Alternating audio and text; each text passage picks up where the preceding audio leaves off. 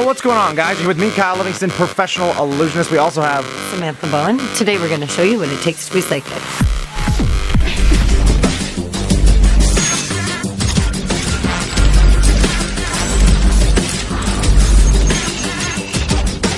So a lot of people ask me about things like psychics and mentalism and a lot of things like that, and I'm not the biggest fan of it personally. I kind of feel like magicians especially are very well known for taking super simple tricks and overblowing them to convince the world they're psychic. There was a gentleman by the name of Uri Geller who was very famous for spoon bending. He convinced millions of people that he had telepathy, but sooner or later a lot of this stuff came out and it was all publicized that he was not a psychic, and it did skew his name quite a bit. So today we're actually going to teach you guys how to be psychic. This might take off a little bit of the magic community, but we're going to have a lot of fun with this, guys. So we're going to get our psychic hats on and we're going to jump right into this. So I'm about to reveal to you guys one of the most famous effects in mentalism right now. It can actually predict anybody's imagination from numbers to Visa numbers. Okay, well the Visa number might be a little more work, but Sam will help me do this trick as well. She's going to name a number between 1 and 100. I don't want her to see what's on this sheet though, but go ahead. Any random number. 7. 7, are you sure? Yeah. 100%. You can change your mind, no? No. Okay, I wrote down the number 7, guys. I think you can see that there. So this is probably one of the most famous effects in mentalism, has been for many, many years. It is called the thumb tip writer, guys. And essentially all this is a piece of lead with a piece of plastic that has a hole in the middle of it for the lead and some tack holding it in that also sticks it to my finger. Your notepad or the piece of paper you're using is actually going to cover the movement of your thumb, which is Sam is demonstrating actually much better than I did. Look at her 3s there in comparison to mine. There's her 3s, and there's what one of my 8s look like.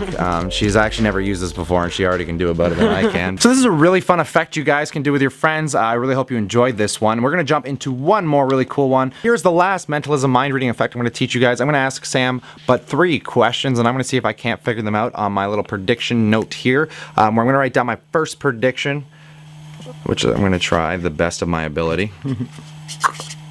Alright, we'll try that. So, the first question I'm going to ask you, Sam, is what's your number? Actually, you know what? So, you guys don't figure that out either. I'll say the last 3 digits of the last 4-digit number there. So, 787. 787? I'll tell you that much. We'll see how that worked out. Okay, my next question is going to be, write down the prediction here first. Let's try this. Sweet. All right. So the next question I'm going to ask you is, what is your favorite food?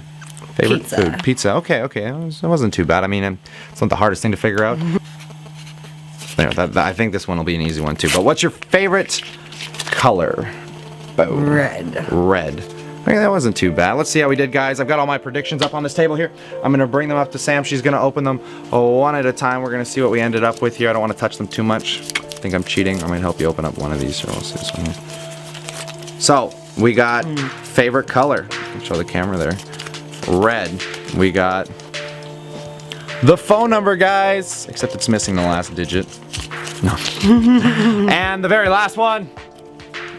Pizza. That's right, guys. All right, so we're going to jump into how we did this, guys. This one's very simple, very fun. All you need is a marker and a piece of paper. What we are doing here essentially is I'm kind of backtracking a little bit. So what I'm doing is the very first thing I write down. So I'm thinking about a prediction. I say I'm going to write down a prediction, and I'm actually going to write down the color red. And I'm going to say this is my prediction. I'm going to get back to this a little bit later, and I'll explain why that matters. So the very first thing I'm going to ask her is any random question I want. So I said, you know, what are those last 3 digits of your number? And then she told me, and I'm making it presume like that's the prediction for it. I'm going to write down my next prediction. And really, I'm writing down those last 3 digits, which was 787, when really she's going to be thinking that I'm writing down the next prediction. And then you're going to tear that off, you're going to cover it up, you're going to put it in a little pile, and then I'm going to ask her what was her favorite food.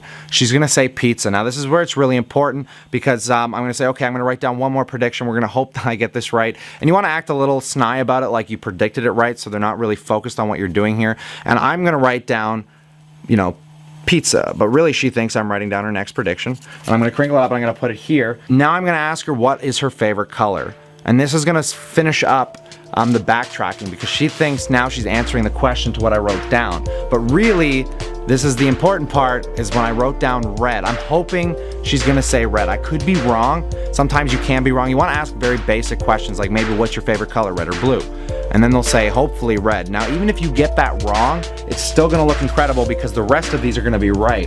And the reason you crinkle them up and put them in a little pile is because when they go to check them, you don't want them to know the order they were sitting in. Because if they do, they'll see how you wrote them down and what exactly you were doing. So you want to make sure they're kind of mixed up, and then they can just open them up in whichever order they like. All right, guys, we're gonna jump back into reality.